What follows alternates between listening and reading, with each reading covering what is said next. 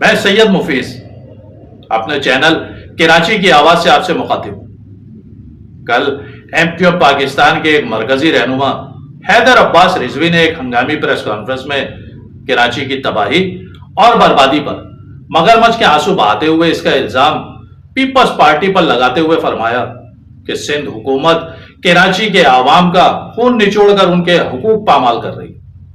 Dumper mafia کے ٹائروں تلے کراچی کے معصوم شہری کچلے جا رہے ہیں، سارے شہر کی سڑکیں کھنڈر بن چکی ہیں، جگہ جگہ گٹر ابل رہے ہیں، بیماریاں پھیل رہی ہیں، پورے شہر کو بارش نے ڈبو دیا ہے۔ کراچی والے گزشتہ 20 برسوں سے خرید کر پانی پی رہے ہیں۔ موجودہ سال کے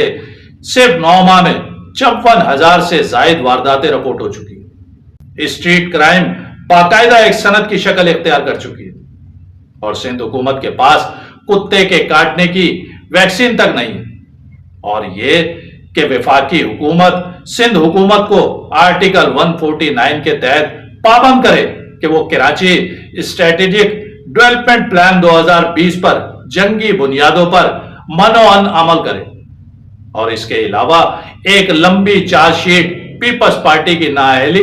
اور بیڈ گورننس کی حیدر عباس رضوی نے پریس کے سامنے رکھی۔ میں جب یہ پریس کانفرنس سن رہا تھا کہ جس میں پیپلز پارٹی کی 20 سالہ حکومتی کارکردگی پر ان سے حساب مانگا جا رہا تھا، تو میں سوچ رہا تھا کہ 20 سال پہلے، مطلب یعنی 2005 سے آج تک کی جس تباہی کا سوال سندھ حکومت یا پیپلز پارٹی سے کیا جا رہا ہے، ان 20 سالوں میں تو حیدر عباس رضوی صاحب کی ایم کیو ایم نہ صرف حکومت کا حصہ رہی بلکہ مکمل اختیارات اور طاقت کے ساتھ اس شہر پر حکمرانی بھی کرتی رہی۔ اور 20 سال ہی کیوں، میں تو 37 سال پیچھے سے اگر شروع کروں تو 1988 سے 1990 تک پیپلز پارٹی کی اتحادی رہی، اور پھر 1990 سے 1993 تک نون لیگ کی اتحادی رہی۔ اسی دوران کراچی میں فوجی آپریشن کا آغاز ہو گیا، مگر ایم کیو ایم نے 1993 سے 1995 تک پیپلز پارٹی کی حکومت کا ساتھ دیا۔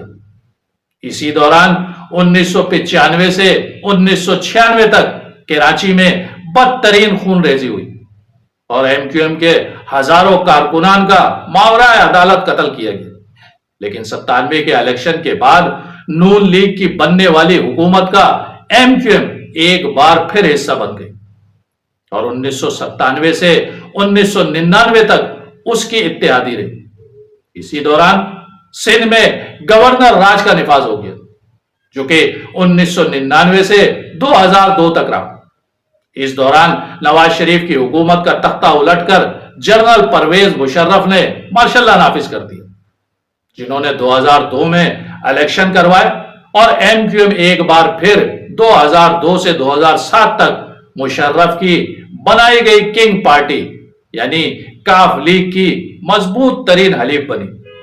اور نہ صرف سندھ اور وفاق میں حکومت کی اتحادی بنی بلکہ کراچی اور حیدرآباد کی میئرشپ بھی ان کے پاس آ گئی۔ یہ وہ دور تھا کہ جب سندھ ہی نہیں وفاق میں بھی کوئی فیصلہ ان سے پوچھے بغیر نہیں ہو سکتا تھا۔ پھر جنرل پرویز مشرف کا سورج غروب ہوا، اور 2008 کے الیکشن میں پیپلز پارٹی نے حکومت بنائی، اور ایم کیو ایم ہمیشہ کی طرح پھر پیپلز پارٹی کی اتحادی بن گئی۔ حالانکہ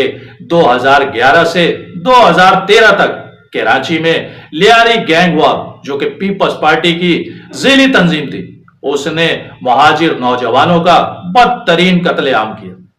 لیکن ایم کیو ایم بدستور پیپلز پارٹی کی نہ صرف اتحادی رہی بلکہ سندھ میں وزارتوں کے مزے لیتی رہی، اور ذوالفقار مرزا بطور وزیر داخلہ مہاجر نوجوانوں کا اعلانیہ لیاری گینگ وار کے دہشت گردوں کے ذریعے قتل عام کرواتا رہا، اور ایم کیو ایم کے وزراء جھنڈے والی گاڑیوں میں پورے پروٹوکول کے ساتھ اسی شہر میں دندناتے رہے کہ جہاں اپنے کارکنان کو لیاری گینگ وار کے خوف سے جانے سے ایس پر پالیسی منع کیا کرتے تھے۔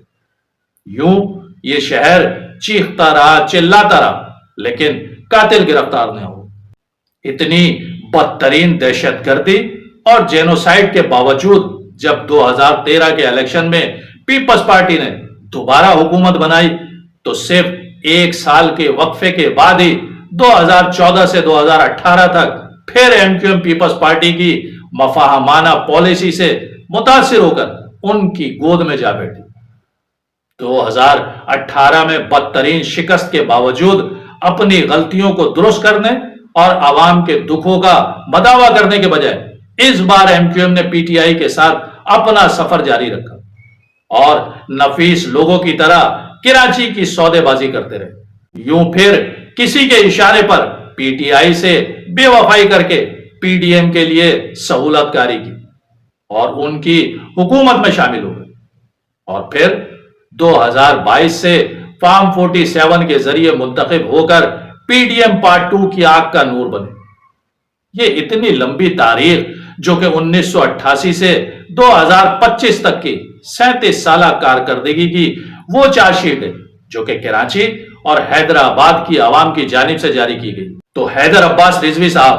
آپ دوران پریس کانفرنس اگر تھوڑا سا وقت نکال کر اپنے گریبان میں بھی جھانک لیتے تو ان سارے کے سارے سوالوں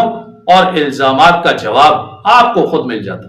اس لیے کہ کراچی کی عوام تو پیپلز پارٹی یا سندھ حکومت کے کارناموں یا ان کی کراچی اور مہاجر دشمنی کی تو روز اول سے ہی معترف رہی۔ کراچی تو بھٹو کو مہاجروں کا دشمن مانتا اور تسلیم کرتا ہے، اسی لیے تو کراچی کا ووٹ آج تک اینٹی پیپلز پارٹی رہا ہے، اور اسی مہاجر دشمنی کی بنیاد پر تو کراچی والوں نے پچھلے 37 سال سے آپ کو منتخب کر کے اسمبلیوں میں بھیجا تھا۔